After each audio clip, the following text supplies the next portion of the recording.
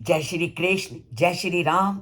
और रामायण की कथा आगे की ओर बढ़ती हुई, और कैसे अब रामायण रामायण कथा का शुरुआत हुआ, कैसे वाल्मीकि के मन में वो बीज उत्पन्न हुआ जिससे उन्होंने इतना सुंदर ग्रंथ रच डाला। और वो शुरुआत है अब इन धीरे धीरे आने वाले श्लोकों से। जैसे ही वाल्मीकि तमसा नदी के तट पर पहुंचे, तमसा नदी के तट ने उनको ऐसा आकर्षित किया कि वो नहाने से पूर्व उस प्राकृतिक सौंदर्य में रम गए। और प्राकृतिक सौंदर्य की ओर देखते देखते तमसा के चारों ओर चक्कर लगाते लगाते उन्होंने क्या देखा? उन्होंने देखा तस्या अभ्यासे तु मिथुनम चरंतम अनअपायनम दादर्श भगवान तत्र क्रोंचयो चारु निस्वनम।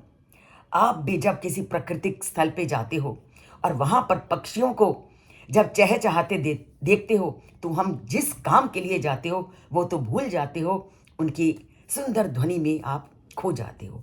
वही स्थिति आज वाल्मीकि की है। तस्या अभ्यासे, तस्या उस तमसा नदी के अभ्यासे पास जाते ही उन्होंने मिथुनम चरंतम एक जोड़े के रूप में घूमते हुए किसको देखा? क्रोंचयो चारु निस्वानम, ऐसे क्रोंच पक्षी को देखा जो कि आपस में खेल रहे थे, और आपस में खेलते हुए वो बहुत सुंदर ध्वनियों को उत्पन्न कर रहे थे।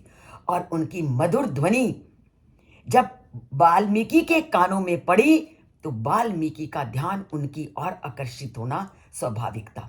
तो क्रोंच पक्षी की सुंदर ध्वनि को उन्होंने देखा, अर्थात सुना। तमसा नदी के तट पर जैसे ही वो घूमने लगे तो उन्होंने क्या देखा कि एक क्रोंच पक्षी का जोड़ा है जो आपस में खेल रहा है, और वो खेलते खेलते बहुत सुंदर ध्वनि कर रहा है, और उनकी ये ध्वनि बड़ी आनंददायक है। तो उन्होंने उस क्रोंच पक्षी जो कि सुंदर ध्वनि को कर रहे थे उसको ददर्श देखा, अर्थात अनुभव किया। सुंदर वातावरण व्यक्ति को सहज ही अपनी ओर खींचता है।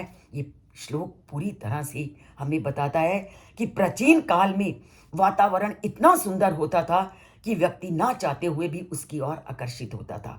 तो वाल्मीकि जैसे मुनि जिनका इंद्रियों पर नियंत्रण, उनको भी किसने वश में कर लिया? सुंदर पक्षी के जोड़ों की ध्वनियों ने। तो अब ये कथा की शुरुआत है और रामायण का आरंभ है।